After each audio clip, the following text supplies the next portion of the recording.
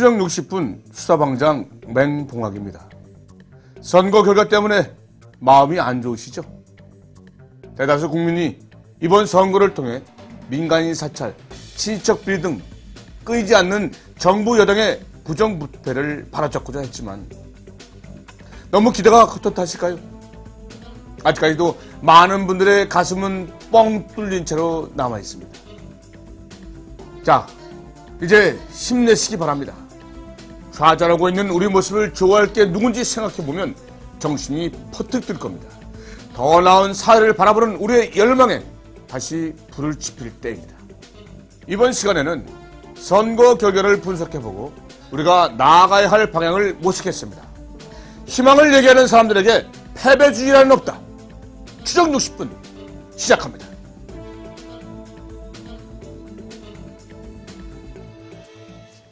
어이 고난, 오랜만이구만. 그동안 잘 쉬었어? 누나는? 네, 누나가 대신 나와서 좀 쉬었는데요. 최근에 또 무리를 했더니 몸 상태가 별로 안 좋아요. 선거 끝나고 패닉 상태가 돼서 술 좀 마셨거든요. 하긴 이번 선거 끝나고 내 주위 사람들도 대부분 그러고 있어. 심판받아 마땅한 정당이 이 버젓이 과반수를 획득하게 됐으니 도덕과 정의가 사라졌다고 개탄하기도 하고 말이야. 특히 MB 심판을 위한 필승의 카드로 이 전국적인 야권 단일화를 추진했던 야당 입장에서는 후폭풍이 심할 것 같은데. 명탕정, 자네가 보기엔 어떠가?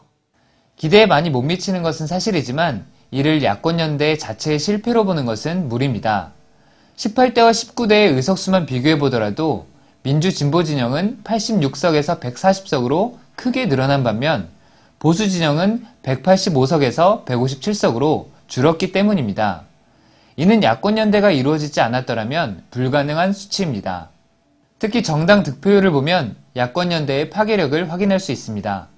새누리당은 912만 9천표로 42.8%, 민주통합당은 777만 6천표로 36.5%, 통합진보당은 219만 8천표로 10.3%를 차지해 과반수 의석을 확보한 새누리당보다 야권연대의 표가 84만 4천표 많습니다. 야권이 의석수는 적지만 실질적인 지지는 더 많이 받고 있다는 건데 이번 선거의 결과를 가지고 야권 연대도 제거해야 한다고 해석하는 건 무리라는 거군.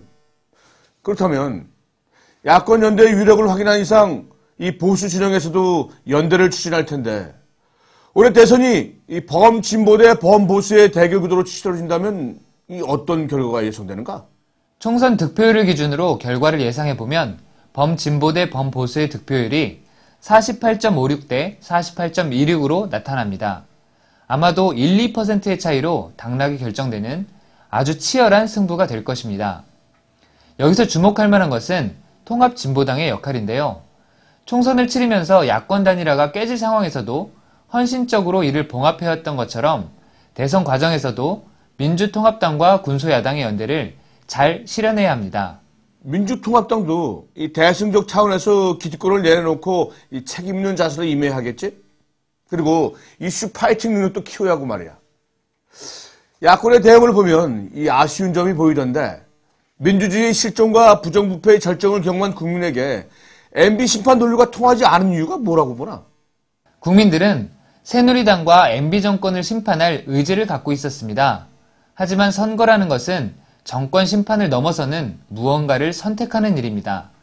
야당은 국민이 바라는 세상의 모습, 즉 비전을 제시해야 했지만 MB 심판에 매달렸기에 유권자들은 희망과 대안을 찾지 못했습니다. 오히려 새누리당은 이를 이념투쟁, 정치투쟁으로 매도하며 역공의 기회로 활용한 것입니다.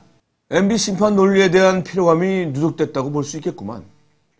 국민의 입장에서는 2010년 6.2 지방선거 때도 정권 심판을 해줬고 작년 11.6 보궐선거에서도 여당을 심판하면서 박원순 시장을 당선시켜줬으니까 말이야. 무상급식, 반값 등록금에 이은 서민정책을 제시했다면 이 상승세를 이어갈 수 있었을 텐데 말이야. 한 2% 부족하구만. 올해 대선도 마찬가지입니다. 대선이란 결국 현 정권을 평가하는 선거인데 정권을 심판해서 어떤 나라를 만들지 제시하지 못하면 반대를 위한 반대로 비춰지는 거죠. 그래서 제가 대안 제시의 중요성에 대한 실험을 해봤습니다. 해군기지를 만든다, FTA를 한다고 하는 것은 정치 논리로 싸울 일은 아니라고 생각합니다. 그래서 이 문제는 좀 협조적으로 해주시면 좋겠다는 말씀. 야, 지금은 안 돼! 지금은 안 돼! 야! 안 돼! 안 돼! 안 돼! 안 돼! 안 된다고 내가 몇 번 얘기하냐! 차라리 MB 탄핵시켜서 1년이라도 빨리 예. 이 정권의 종지부를 찍고 예. 더 이상의 국민들 눈에 피눈물 안 나도록 예. 새로운 정권을 만들어내는 게 이 정당 관계자들이 꼭 보면 좋겠구만. CD를 구워서 하나씩 보내주라고. 아니. CD는 돈 드니까 이 트윗으로 날려주라고. 요즘 다들 SNS 운영하니까 말이야. 소셜 네트워크. 그러고 보니 SNS 얘기를 안 할 수가 없겠어. 수도권 결과를 보면 SNS와 떼놓고 분석할 수 없겠던데 말이야. 자네는 SNS가 선거에 얼마나 영향을 미쳤다고 생각하나? SNS와 스마트폰이 본격적으로 보급되기 시작한 2009년 이후의 선거를 보면 그 영향력을 확인할 수 있습니다. 2010년 6.2 지방선거에서 SNS를 통한 투표 독려 운동이 20, 30대 투표율 상승으로 이어졌고 2011년 11.6 재보궐선거에서는 SNS계의 소통의 달인이라 불리는 박원순 시장이 당선되었습니다. 올해 총선에서는 SNS 선거운동이 전면 허용되면서 SNS의 중요성이 크게 부각됐습니다. 4.11 총선 의석수 분포를 보면 전국적으로는 여당이 우세지만 유독 서울에서는 야당이 압도적입니다. 이는 서울에서 야권 단일화가 잘 이루어졌고 SNS로 인해 20대 투표율이 60% 이상으로 치솟았기 때문에 가능한 결과였습니다. 아직까지는 SNS 사용자가 밀집된 수도권에서 영향이 있지만 앞으로 확대될 거라는 거군. 지역적인 부분도 있지만 이 온라인과 오프라인의 온도 차이도 큰 것 같던데 말이야. SNS에서는 야권이 개헌해서 약 200석까지도 확보할 수 있을 거란 분석도 있었고 출구성 막바까지도 제1당은 민주통합당으로 예상됐고 말이야. 저도 그 차이의 원인이 궁금해서 조사하던 중 아주 흥미로운 자료를 발견했습니다. 미디어 U에서 SNS 사용자 500명에게 설문한 내용인데요. 정치적 성향을 묻는 질문에 전체 응답자의 33%가 진보, 45%가 중도, 9%가 보수라고 답했습니다.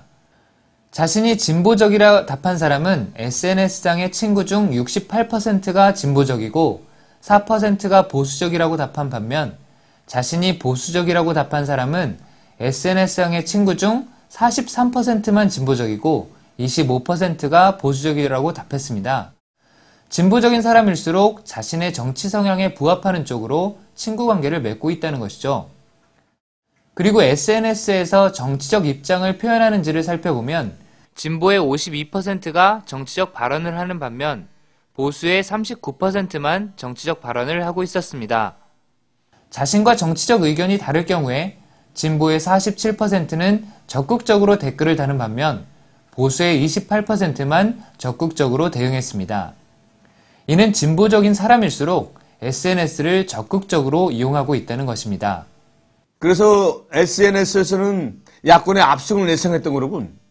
트위터만 봐서는 이 총선 끝나면 바로 MB 탄핵이 될 줄 알았단 말이지.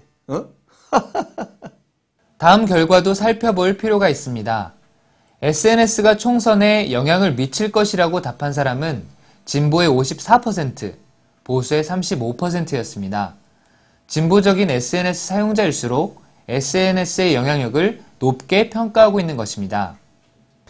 종합해보면 SNS에는 진보적인 사람이 많고 이들은 자신의 성향과 비슷한 사람과 이 친구를 맺으면서 정치적인 의견도 자주 올리고 SNS에 대한 기대감도 높으니까 즉 소셜 네트워크에서만 정치적인 의견을 접했다면 이번 선거 결과에 아주 충격이 컸을 거야. SNS가 오프라인과 연계되어야 하는 이유가 바로 여기 있었군. 네, 그렇습니다. SNS의 위력은 갈수록 높아지겠지만 그 안에만 머무른다면 대중의 생각과는 괴리될 수가 있죠. 그래서 저는 SNS를 이용하는 사람들이 보다 적극적으로 오프라인 활동도 병행해야 한다고 생각합니다. 동호회에 들어가서 정치적인 의견을 나누기도 하고 이야기가 통하는 사람이 있으면 같이 촛불 집회에도 참석하는 거죠. 적절한 모임이 없다면 직접 동아리를 만들어도 좋겠습니다.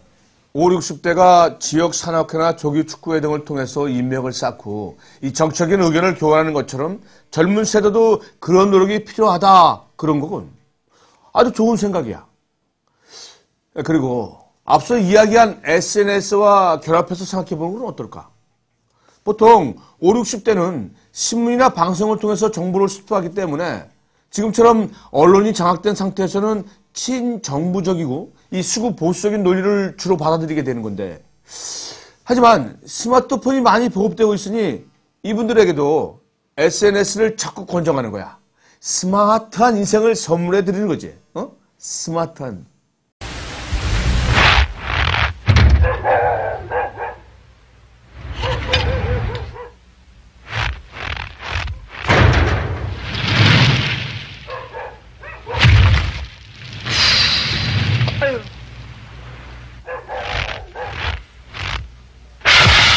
벌써 다 걸었어? 근데 왜 나오?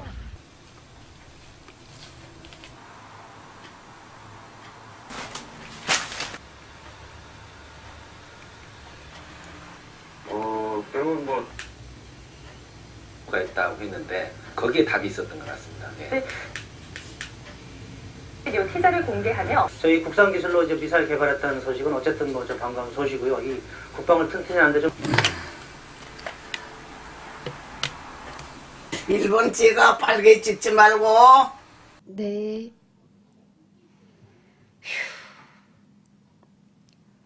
여보, 아버님 댁에 스마트폰 놔드려야겠어요. 언제까지 부모님 세대를 조중동 같은 편파 왜곡 매체에 시달리게 하시겠습니까? 방송마저 정권 홍보수단으로 전락한 지금 부모님께 필요한 것은 대한 언론입니다. 이번 기회에 스마트폰으로 바꿔드리세요.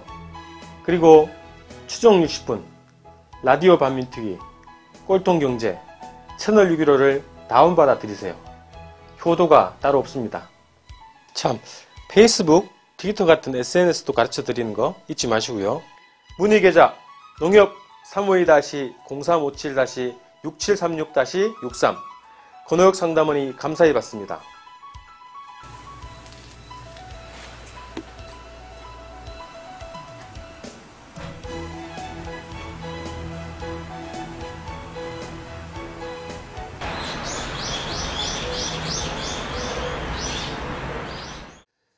(4.11) 총선은 유례없는 언론사 총파업 속에 진행됐습니다.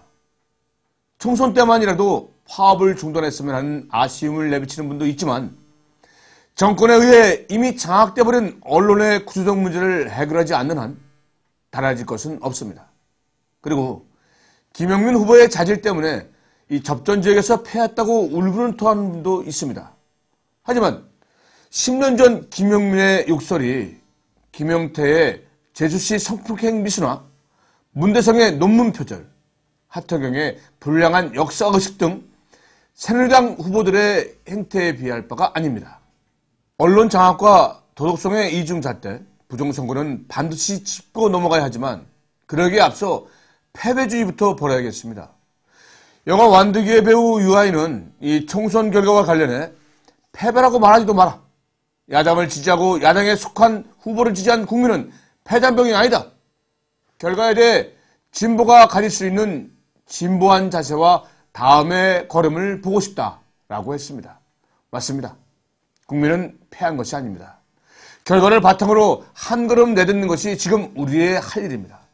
12월 대선에서도 튼튼한 야권 연대를 기본으로 SNS를 전 세대로 전국적으로 확장하며 동호회, 촛불 등의 오프라인 모임에 적극 참여하는 것이 국민 승리의 열쇠입니다.